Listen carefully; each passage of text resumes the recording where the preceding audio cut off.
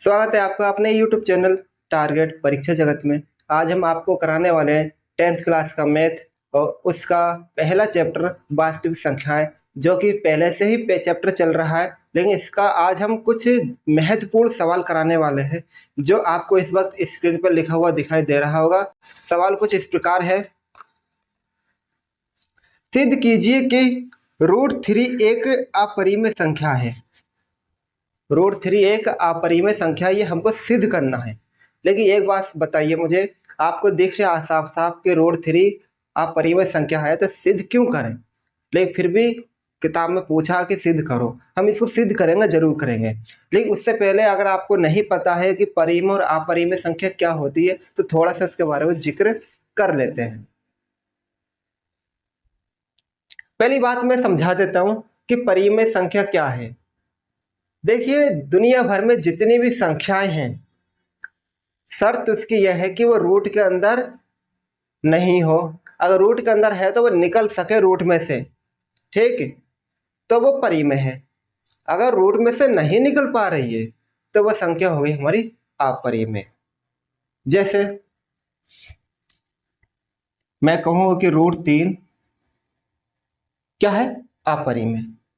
√5, √7, √10, ये संख्या जो लिखी है मैंने, ये अपरिमेय संख्या है। लेकिन परिमेय संख्या क्या होती है? ऐसी संख्या जिनको हम रूट से बाहर लिख सकते हैं, या कहें तो बटे में लिख सकते हैं, उसको हम परिमेय संख्या ही कहेंगे। जैसे मैंने लिखा 2 परिमेय संख्या है, इसको हम बटा में लिख सकते हैं ना, क्योंकि इसके नीचे 1 मान लो, परिमेय संख्या हो गई। यानी कह सकते हैं कि P/Q के रूप में लिखा जा सकता है। P/Q का मतलब यहाँ यह नहीं हुआ कि P और Q में ही लिखो, कुछ भी लिख सकते हो, लेकिन बटा में होना चाहिए।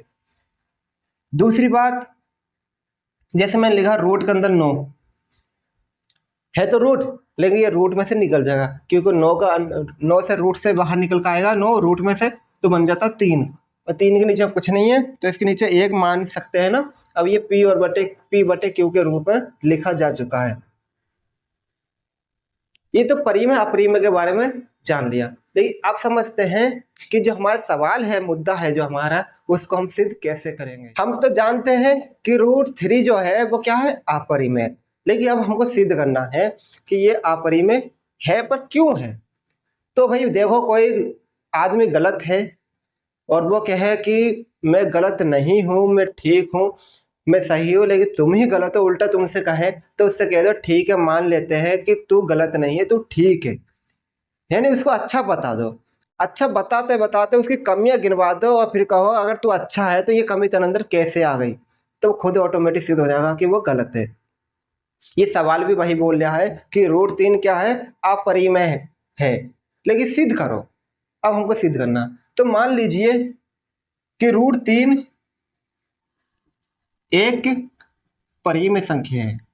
मान लो कि माना कि √3 एक परिमेय संख्या है। परिमेय संख्या है, ठीक है। मान लिया हमने कि ये क्या है? परिमेय संख्या। अगर ये जब ये परिमेय संख्या हमने मान ली है, तो भाई इसको हम P/Q के रूप में लिख सकते हैं ना। इसको P/Q के रूप में लिख सकते हैं कि भाई परिमेय संख्या P/Q के रूप में लिखी जाती है, तो ये P/Q के रूप में लिख लेंगे। यानी कि जहां P/Q एक परिमेय संख्या है, ये तो आपको मालूम है, बटा वाला परिमेय संख्या ही होता। जब P/Q परिमेय संख्या है और P/Q किसके बराबर है? √3 के, तो भाई √3 भी तो क्या होगी? परिमेय संख्या बन जाएगी ना, बन जाएगी। ऐसा मान लीजिए कि मैं यहाँ पे समझा देता हूं कि समझिए चीनी की कीमत नमक की कीमत के बराबर है। चीनी की कीमत नमक की कीमत के बराबर है। अगर चीनी की कीमत 5 रुपए है तो नमक की भी तो 5 ही होगी ना, होगी, ये दोनों आपस में बराबर है नहीं है। ठीक उसी प्रकार जब P बटे Q परिमेय संख्या है तो √3 भी तो परिमेय होगा नहीं होगा। तो लिखते हैं कि जहां P बटे Q एक परिमेय संख्या है, इसलिए तब √3 भी परिमेय संख्या होगी, परिमेय संख्या होगी। ये बात तो हमने मान के करी है अभी तक, लेकिन अब हम इस पर ऑब्जेक्शन उठाएंगे। लेकिन हम जानते हैं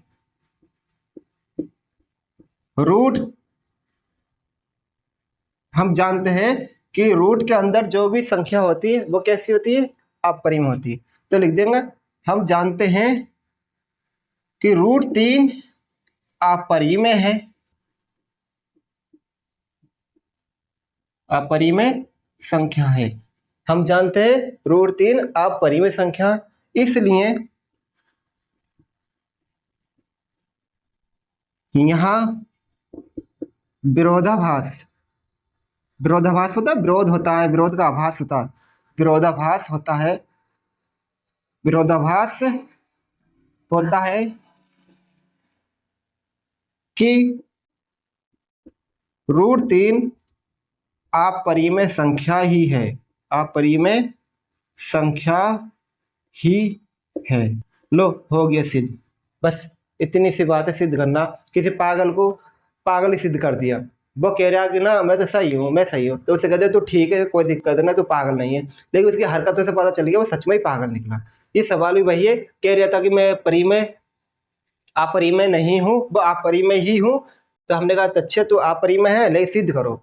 तो हमने क्या कह दिया, तू एक काम करते हैं कि तू अपरिमेय ना है, तू परिमेय है, और तू परिमेय है तो परिमेय जैसे गुण होने चाहिए, लेकिन तेरे अंदर परिमेय वाले गुण है ही नहीं, तो इसका मतलब तू अपरिमेय ही है। ठीक, अब अगला सवाल देखते हैं। अगला सवाल देखिए, अगला सवाल क्या बोल रहा है, अगला सवाल कह रहा है कि सिद्ध कीजिए कि 2 + √3 एक अपरिमेय संख्या है। सेम इसी की कंडीशन है बिल्कुल, ये भी जिद कर रहा था और ये भी जिद कर रहा है कि सिद्ध करो कि 2 + √3 एक अपरिमेय संख्या। तो भाई इसको भी करते हैं, समझिए। माना कितना है, 2 + √3, 2 + √3 एक परिमेय संख्या है, परिमेय संख्या है। मान लो कि ये क्या एक परिमेय संख्या है। जब ये परिमेय होगा तो P बटे Q के बराबर भी होगा। तो 2 + √3 बराबर P बटा Q। ठीक, अब भाई यहाँ पर जो हम रोकेंगे ना, बस बात तो हमें दिख रही है कि 2 तो हमारा क्या ऐसा है, 2 तो हमारा परिमेय है, लेकिन √3 अपरिमेय है। तो भाई जो डाउट हमारा है, जिसको हमें, जिसकी वजह से हम पूरा सवाल सिद्ध करने पड़ रहा है, वो इस √3 की वजह से करने पड़ रहा। तो √3 को एक तरफ रखेंगे, 2 को दूसरी तरफ को ले जाएंगे, ट्रांसफर कर देंगे। तो क्या रहेगा, √3 बराबर P बटा Q माइनस का 2। सही, नीचे वन मान के एलसीएम ले लेंगे इसका, कितना आएगा Q, तिरछी गुणा करेंगे तो P माइनस के 2Q, ये आएगा √3। अब देखो ये सवाल जो बनेगा बटा का बन गया, ऊपर एक और नीचे भी एक, नीचे बटा का निशान यानी भिन्न लग चुकी है। तो हम लिखेंगे P माइनस 2Q बटा Q परिमेय संख्या के रूप में है, संख्या के रूप में है, जहां P minus 2Q upon Q परिमेय संख्या के रूप में है। ये तो हमें दिख रहा है ना कि परिमेय संख्या के रूप में बटा में है, इसलिए